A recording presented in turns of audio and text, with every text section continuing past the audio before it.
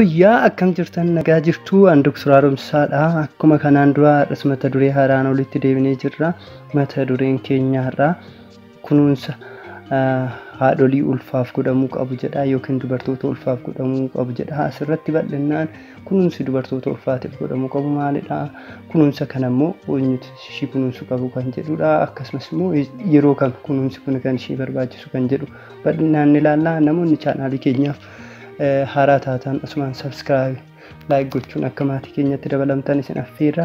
Kallattiidhaan gara mata duree keenyatti yoo deebinu, egaa akkuma beekamu namni jireenya isaa keessatti erga dhalatee erga guddatee sana booda jireenya erga godhatee booda dhala ofii godhachuu ni barbaada. Dhalli isaas immoo guddatee bakka yaade akka ga'uuf akkasumas qaamaanis sammuudhaan bilchaataa ta'e bakka maatii isaa barbaadu akka ga'uuf ni hawwaa jechuudha. Haa ta'u malee kan hundumaa keessa darbuuf daa'imni sun gadaamisaadha keessaa eegalee haga dhalatee guddatee jireenya kana hunda keessa darbutti kunuunsa gahaa barbaachisa. Kunuunsi yoo kan hin goone ta'e rakkoon garaagaraa haadhaa fi akkasumas daa'ima sana irra ga'uu danda'a jechuudha. Kanaaf kunuunsi daa'ima keenyaaf godhamuu qabu gadaamisa haadhaa keessaa kan eegaludha. Namoota eenyutu immoo kunuunsa gochuufii qaba kan jedhu tokkoffaa irratti abbaa manaati. Egaa abbaa manaa fi haati manaa qaama tokko isaan waliin kan jiraatanidha. Daa'imni dhalatus kan abbaa manaa fi kan haadha manaati. Kanaaf kunuunsi jalqaba irratti abbaa manaatiif godhamuu fi kan qabu jechuudha. Isaan alatti immoo namoonni itti dhiyaatan akkasumas firoota obboleewwan maatii haati kunuunsa barbaachisu haadha ulfaatii gochuun ni dirqama. Akkasumas immoo namoonni hiriyoonni haadha ulfaatti dhiyaatan kunuunsa barbaachisaa gochuun dirqama jechuudha. Kunis maalidha? Daa'imni sun sammuudhaan qaamaan fayyaa ta'e akka dhalatu akkasumas immoo rakkooleen ulfa wajjin wal qabatee uumamuu danda'an haadha san bira akka hin geenye yookiin haadha san irraa akka hin geenye ittisuudhaaf baay'ee barbaachisaadha jechuudha. Kunuunsi haadhaaf godhamu. Kunuunsi kun immoo maaliif barbaachisa kan jedhu akkuma jalqaba isin jedhe rakkoolee ulfa wajjin wal qabatan ittisuu fi akkasumas immoo daa'imti sun qaama guutuu fayyaa guutee ta'ee akka dhalatuuf jechuudha kunuunsi kan barbaachisu jechuudha. Kanaaf kunuunsa akkamiif gochuu qabna? Tokkoffaa irratti dubartiin sun akkuma ulfa ta'uu of shakkitiin gara mana yaalaa fudhannee qorachiisuu qabna. Akka ulfi sun ulfa ta'uu isaa mirkaneessuu qabna jechuudha mana yaalaa deemnee jechuudha. Yeroo baay'ee abbaa manaa fi haati manaa wajjin deemanii mana yaalaa deemanii qorannoo gaggeessuu qabu. Yeroo kanattis ulfi sun jira yoo ta'e kunuunsa barbaachisaa ta'e yeruma sanarraa kaastee akka eegaltu akka ta'u gochuu qabna jechuudha. Kanas talaallii fi akkasumas kittibaataa fi qorichoota garaagaraa yeroo hordoffii ulfaa namaaf kennamu yeruma sanitti akka fudhatu gochuu qabna jechuudha. Tokkoffaan akkuma ulfa ta'uu shakkiteen mana yaalaa geenye qorannoo ulfa ta'uu ishee mirkaneessuu qabna. Achumaanis immoo hordoffii ulfaa akka eegaltu gochuu qabna. Lammaffaa irratti nyaata madaalaa ta'e dubartii saniif dhiyeessuu yookiin nyaachisuu qabna. Yeroo ulfaatti egaa akkuma beekamu dubartiin ulfaa nama lama tokko gadaamisa ishii keessa jiru daa'imnis nyaata barbaada. Akkasumas qaamni ishii keessatti meetaaboliizimiin yeroo ulfaatti jiran baay'ee dabala. Yeroo kanaaf yeroo ulfan taanerra nyaata gahaa ishii barbaachisa. Kana alattis nyaanni daa'ima gadaamessa ishii keessa jiru sun nyaata gahaa fi akkasumas immoo albuudotaa fi akkasumas nutrientii gahaa ta'e argachuu qaba. Daa'imni sun fayyaa ta'e qaamni daa'ima san uumamaa jiru keessattuu sammuun wanta isaaf barbaachisu jechuudha. Uumama qaama daa'ima saniitiif barbaachisu argachuudhaaf nyaata saniif haadha saniif nyaata gahaa ta'e nyaata qabiyyee hunda of keessaa qabu dhiyeessuun baay'ee murteessaadha. Egaa yeroo kanatti nyaata fuduraa fi muduraa dabalatee nyaata baay'ee kennuufii hin dandeenya. Haa ta'uti malee nyaata akka foonii akkasumas nyaata hanqaaquu dheedhii isaa kennuufii hin qabnu dubartoota ulfaatiif jechuudha. Haga danda'ameen bilcheessinee dubartoota ulfaatiif nyaata kana dhiyeessuufii qabna. Inni biraa dubartoonni ulfaa akkuma gadaamessi isaanii guddachaa deemuun garaacha isaa waan dhibbamuuf garaachi isaanii xiqqaachaa waan deemuuf nyaata yeroo tokkotti baay'ee nyaatan waan isaan dhiphisuu danda'uuf yoo danda'ame hanga 5 4 hanga 5 jechuudha. Kanaan dura hanga 3 yoo kan nyaatan ta'e guyyaatti xiqqeessanii yeroo 3 yeroo 4 yeroo 5 akka nyaatan gochuu ni dandeenya jechuudha. Kanaaf yeroo sanitti gadaamessi isaanii guddachaa akka deemuun garaa isaanii waan dhiphisaa deemuuf jechuudha. Kanaaf yeroo xiqqeessanii yeroo irra deddeebiin akka nyaatan gochuu ni dandeenya.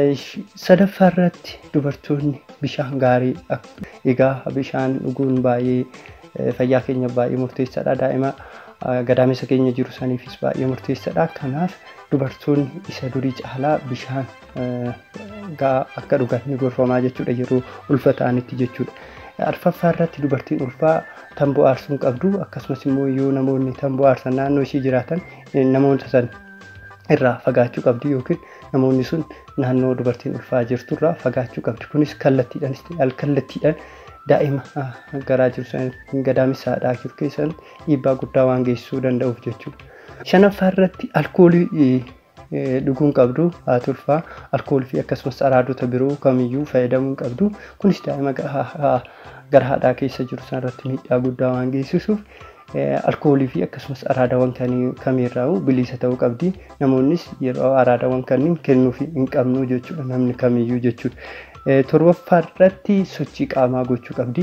Haga danda'ameen dubartoonni ulfaa haalli hin daangessine rakkooleen tokko kanneen akka qaamni saalaa dhiiguu fi akkasumas bishaan gubbee osoo yeroo isaan gahin yoo kan jigu ta'een alatti kanneen rakkoon kanneen yoo kan hin jiraannetti alatti sochii gochuun dirqama. Haga danda'ame guyyaatti sosochii xiqqaa mana keessa akkasumas immoo wookii garaagaraa gochuun dirqamaa jechuudha. Kun maalidha?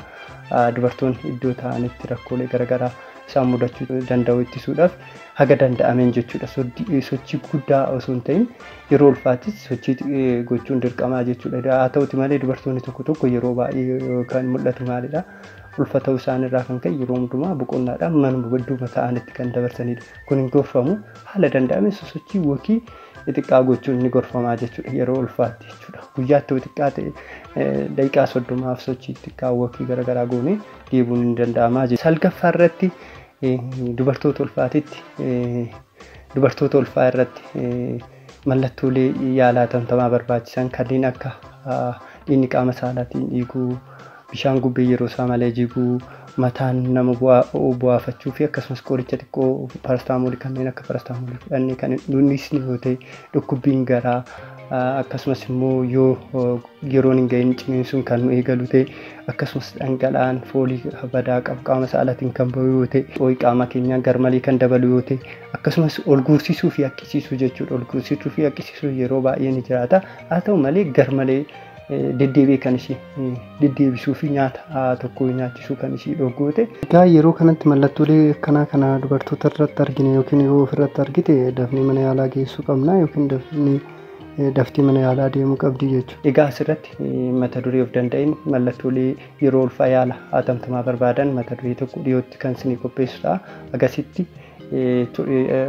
obsaan akkana eeggattan jedha. Kurnaffaa irratti dubartiin ulfaa qoricha kamiyyuu akka fudhattu hin gorfamu. Haa ta'u malee gorsa ogeessa fayyaatiin qorichoonni yeroo rakkoo fayyaa ishee mudachuu danda'u akkasumas immoo rakkoo ishee irra gahe irratti hundaa'uudhaan miidhaa qorichi sun yoo kan hin geessisne ta'e ogeessa fayyaatiin kennamuu danda'a.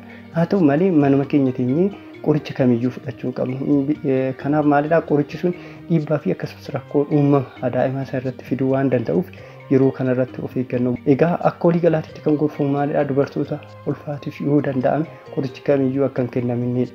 Haa ta'u malee qorichi sun faayidaa fi akkasumas miidhaa isaa madaaluudhaan ogeessa fayyaatiin yeroo itti kennamu hin jira jechuudha. Qoricha kanaaf haga danda'ameen qorichuma nama kaawwaniif kennamu dubartootaafis homaa rakkoo hin qabu jennee yoo kan kennu ta'e rakkoo guddaa fayyaa daa'ima sanarraan geessisuu danda'a. Uumama qaama garaagaraa waan fiduu danda'uuf kana akka of eeggattan sin jenna. Yoo rakkoolee fayyaa garaagaraa yeroo dubartii ulfaa mudatan gara ogeessa yaalaa gara mana yaalaa fudhannee ogeessi yaalaa sun qorichoota akka kennuuf gochuu ni dandeenya. Egaa asirratti wanti hubachuu qabdan gargaarsa barbaachisaa kan gochuu qabu jalqaba irratti abbaa manaati. Egaa akkasumas immoo dubartoonni ulfaa gaaffii fi akkasumas yaaddoo ishiitti uumamuu danda'e ogeessi yaalaa bira deemtee iddoo hordoffiitti gootu bira deemtee yeroodhaan laallamuu qabdi. Egaa kanaan alattis dubartiin ulfaa qorannoo altiraasaawundii yeroo garagaraatti akka gootu haala ishii irratti hundaa'uudhaan yeroon gorfamu hin jira. Qorannoo kanas iddoo altiraasaawundiin argamutti deemtee osoo yeroo garagaraatti gootee ni gorfama. Kanarraaf isiniin jedhe kanuma yaadaa fi gaaffii qabdan nu qooduu dandeessu. Mata duree biraatiif walitti deebi'uu